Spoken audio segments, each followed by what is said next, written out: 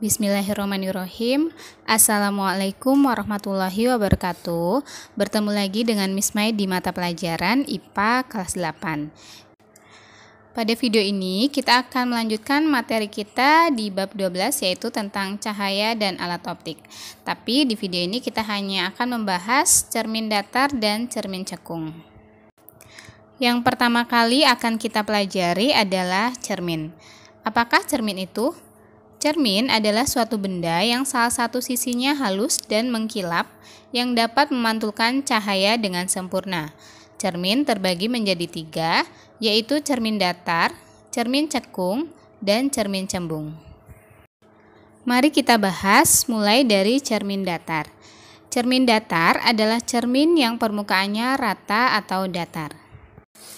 Untuk memahami proses pembentukan bayangan pada cermin datar, mari kita perhatikan ilustrasi berikut ini. Berikut ini cara melukiskan bayangan yang terbentuk pada cermin datar. Kita umpamakan garis biru adalah sinar datang dan garis merah adalah sinar pantul. Jika suatu objek terdapat di depan cermin, buatlah beberapa garis yang mengilustrasikan sinar datang yang menyentuh bagian ujung-ujung objek. Kemudian dari setiap garis sinar datang tersebut, kita buat garis pantulnya. Lalu tarik garis hayal yang merupakan perpanjangan dari setiap garis pantul. Nah, bayangan dari objek tersebut akan terbentuk dari perpanjangan sinar-sinar pantul yang saling berpotongan. Sifat bayangan yang terbentuk pada cermin datar adalah semu dan tegak. Sifat bayangan yang terbentuk pada cermin datar bersifat semu atau maya karena sesungguhnya cahaya tidak ada di dalam cermin. Perpanjangan sinar pantul dibuat secara imajiner. Perpanjangan sinar pantul merupakan garis hayal sehingga bayangan yang terbentuk bersifat semu atau virtual image. Selain itu, sifat bayangan yang terbentuk pada cermin datar bersifat tegak. Artinya, jarak benda ke cermin sama dengan jarak bayangan ke cermin. S atau jarak benda ke cermin sama dengan S aksen atau jarak bayangan ke cermin. Selain itu, tinggi bayangan yang terbentuk juga sama dengan tinggi benda. Tinggi benda H sama dengan tinggi bayangan atau H aksen. Berikutnya kita akan membahas mengenai rumus-rumus pada cermin datar. Yang pertama adalah rumus untuk menentukan jumlah bayangan benda yang ada di hadapan dua buah cermin yang membentuk suatu sudut. Jumlah bayangan yang akan terbentuk dapat kita hitung dengan rumus N sama dengan 360 derajat dibagi sudut theta dikurangi 1, di mana N adalah jumlah bayangan dan sudut theta adalah sudut yang dibentuk oleh dua buah cermin. Nah, supaya lebih paham, mari kita coba selesaikan contoh soal berikut ini. Sebuah botol parfum diletakkan di antara dua buah cermin dengan sudut 45 derajat satu sama lain. Hitunglah jumlah bayangan yang terbentuk. Tulis terlebih dahulu yang diketahui, yaitu sudut theta sama dengan 45 derajat. Yang ditanyakan adalah jumlah bayangannya. Rumusnya N sama dengan 360 derajat dibagi theta dikurangi 1. 360 dibagi 45 dikurangi 1 sama dengan 8 dikurangi 1. Jumlah bayangannya yang terbentuk adalah 7 buah. Rumus cermin datar yang berikutnya adalah rumus tinggi minimum cermin yang dibutuhkan agar seseorang bisa melihat seluruh bayangan tubuhnya di cermin. Rumusnya tinggi minimum sama dengan setengah dikali tinggi badan. Supaya lebih paham, yuk kita coba kerjakan soal berikut ini. Hitunglah panjang minimum cermin yang dibutuhkan agar seorang anak yang tingginya 180 cm bisa melihat seluruh bayangan tubuhnya di cermin. Rumusnya adalah tinggi minimum cermin sama dengan setengah dikali tinggi badan. Setengah dikali 180 sama dengan 90 cm.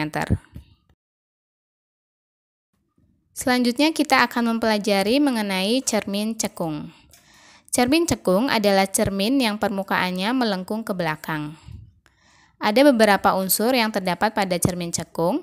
Yang pertama adalah perhatikan garis biru berikut ini. Garis biru tersebut kita sebut sumbu utama. Kemudian ada juga titik P yang merupakan titik pusat kelengkungan cermin. Lalu ada titik O atau titik pusat optik. Lalu ada titik F atau titik fokus yang berada di tengah O dan P. Ada pula jari-jari yang merupakan jarak antara titik P dengan O, sedangkan jarak antara titik O dengan titik F yaitu setengah R. Ada beberapa sinar-sinar istimewa pada cermin cekung. Yang pertama adalah sinar datang sejajar sumbu utama.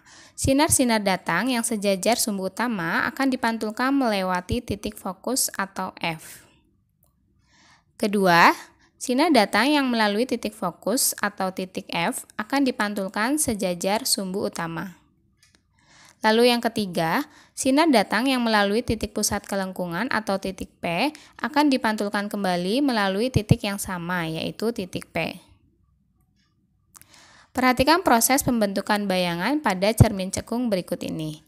Jika jarak benda lebih jauh daripada R atau jari-jari kelengkungan cermin, gambarkan terlebih dahulu sinar-sinar istimewanya. Yang pertama adalah sinar datang yang sejajar sumbu utama akan memantul melalui titik F, dan sinar datang yang melalui titik fokus akan membentuk sinar pantul sejajar dengan sumbu utama. Kemudian bayangan akan terbentuk pada perpotongan sinar-sinar pantulnya. Sifat bayangan yang terbentuk adalah terbalik, karena berada di bawah sumbu utama. Kemudian nyata, karena terbentuk dari sinar pantul yang sebenarnya, dan diperkecil dari ukuran benda yang sesungguhnya. Yang kedua, apabila benda berada di titik pusat kelengkungan cermin atau di titik P. Kita gambarkan lagi sinar-sinar istimewanya. Sinar datang yang sejajar sumbu utama memantul melalui titik F, dan sinar datang yang melalui titik fokus akan membentuk sinar pantul sejajar dengan sumbu utama. Bayangan terbentuk pada perpotongan sinar-sinar pantul, dan sifat bayangannya terbalik, nyata, dan sama besar. Yang ketiga, apabila benda berada di antara titik pusat kelengkungan dan titik fokus, atau di antara titik P dan titik F. Kita gambarkan lagi sinar istimewanya. Sinar datang yang sejajar sumbu utama akan memantul melalui titik F, dan sinar datang yang melalui titik F akan membentuk sinar pantul yang sejajar sumbu utama. Bayangan terbentuk dari perpotongan sinar-sinar pantul, dan sifat bayangan yang terbentuk adalah terbalik, nyata, dan diperbesar.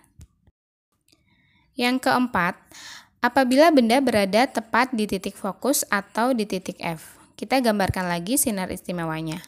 Sinar datang yang sejajar sumbu utama akan memantul melalui titik F, dan sinar datang yang melalui titik P akan dipantulkan melalui titik P juga, sehingga tidak terbentuk perpotongan antara sinar-sinar pantul.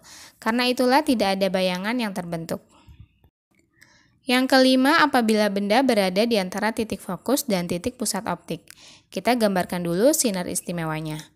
Sinar datang yang sejajar sumbu utama akan memantul melalui titik F, dan sinar datang yang melalui titik P akan dipantulkan melalui titik P juga. Jika kita tarik garis khayal yang merupakan perpanjangan dari sinar-sinar pantul, maka akan terbentuk perpotongan antara sinar-sinar pantul di belakang cermin, sehingga bayangan akan terbentuk di belakang cermin. Dan sifat bayangan yang terbentuk adalah semu atau maya, karena terbentuk dari perpotongan sinar pantul yang diperpanjang atau merupakan virtual image. Dan kemudian sifat yang selanjutnya yaitu tegak dan diperbesar. Selanjutnya kita akan mempelajari pembagian ruang dalam cermin cekung sesuai dalil Esbah. Ruang yang ada di depan titik P adalah ruang 3. Ruang yang ada di antara titik P dan titik F adalah ruang 2. Dan ruang di antara titik F dan titik O adalah ruang 1. Sementara di belakang cermin adalah ruang 4. Dalil Esbah yang pertama, nomor ruang tempat benda berada jika dijumlahkan dengan nomor ruang tempat bayangan, hasilnya harus 5. Jadi, jika benda ada di ruang 3, bayangannya harus di ruang 2, karena jika dijumlahkan hasilnya 5. Lalu, jika benda ada di ruang 2, berarti bayangannya ada di ruang 3. Atau jika benda ada di ruang 1, maka bayangan harus ada di ruang 4. Dalil Esbah yang kedua menyatakan bahwa setiap benda yang nyata dan tegak, maka bayangannya yang terletak di depan cermin adalah bersifat nyata dan terbalik. Dalil esbah yang ketiga menyatakan bahwa setiap benda yang nyata dan tegak, maka bayangannya yang terletak di belakang cermin adalah bersifat maya dan tegak. Lalu dalil esbah yang keempat menyatakan jika nomor ruang bayangan lebih besar dari nomor ruang benda, maka bayangan yang terbentuk diperbesar. Misalnya, jika benda berada di ruang 1, bayangannya di ruang 4. 4 lebih besar dari 1, maka bayangannya diperbesar. Atau jika benda ada di ruang 2, bayangan yang terbentuk ada di ruang 3. 3 lebih besar dari 2, maka bayangannya akan diperbesar. Dalil esbah yang kelima menyatakan jika nomor ruang bayangan lebih kecil dari nomor ruang benda, maka bayangan yang terbentuk akan diperkecil. Contoh, apabila benda ada di ruang 3, bayangannya ada di ruang 2. 2 lebih kecil daripada 3, maka bayangannya akan diperkecil. Berikutnya kita akan mempelajari rumus-rumus pada cermin cekung. Rumus yang pertama adalah 1 per F sama dengan 1 per S ditambah 1 per S aksen, di mana F adalah jarak titik fokus, S adalah jarak benda ke cermin, dan S aksen adalah jarak bayangan ke cermin. Jika nilai S aksen adalah positif, bayangannya di depan cermin, nyata, dan terbalik. Namun jika S aksen negatif, berarti bayangannya ada di belakang cermin, maya, dan tegak. Rumus yang berikutnya adalah rumus untuk menghitung perbesaran bayangan. M sama dengan nilai mutlak dari S aksen dibagi S sama dengan nilai mutlak dari H aksen dibagi H, di mana M adalah perbesaran bayangan, H adalah tinggi benda, H aksen adalah tinggi bayangan, S adalah jarak benda, dan S aksen adalah jarak bayangan. Jika S aksen lebih besar dari S, maka artinya bayangan diperbesar. Namun jika S aksen lebih kecil dari S, artinya bayangan diperkecil. Supaya lebih paham, mari kita coba kerjakan contoh soal berikut ini. Seseorang meletakkan telapak tangannya dengan jarak 8 cm dari cermin cekung. Jika titik fokus cermin berjarak 6 cm, tentukan jarak bayangan dan sifatnya. Diketahui S adalah 8 cm, F adalah 6 cm. Yang ditanya adalah S aksen dan sifat bayangan yang terbentuk. Seperti yang sudah kita pelajari, rumusnya adalah 1 per F sama dengan 1 per S ditambah 1 per S aksen. Kita masukkan angka-angkanya. 1 per 6 sama dengan 1 per 8 ditambah 1 per S aksen. Maka 1 per S aksen sama dengan 1 per 6 dikurangi 1 per 8. Lalu kita samakan penyebutnya, sehingga kita peroleh angka 8 dikurangi 6 dibagi 48. Maka 1 per S aksen sama dengan 2 dibagi 48. Maka S aksen sama dengan 48 dibagi 2. S aksennya adalah 24 cm. Sifat bayangannya, karena S aksen bernilai positif, berarti ada di depan cermin, nyata, dan terbalik. S aksen lebih besar dari S, jadi bayangan diperbesar. Selanjutnya kita coba kerjakan contoh soal yang kedua. Arka berkaca di depan sebuah cermin cekung dengan jarak 15 cm. Jika jarak bayangan arka di cermin adalah 30 cm, hitunglah perbesaran bayangan arka. Yang diketahui adalah S sama dengan 15 cm. S aksennya 30 cm. Yang ditanyakan adalah M-nya atau perbesarannya. Rumusnya, M adalah nilai mutlak dari S aksen dibagi S.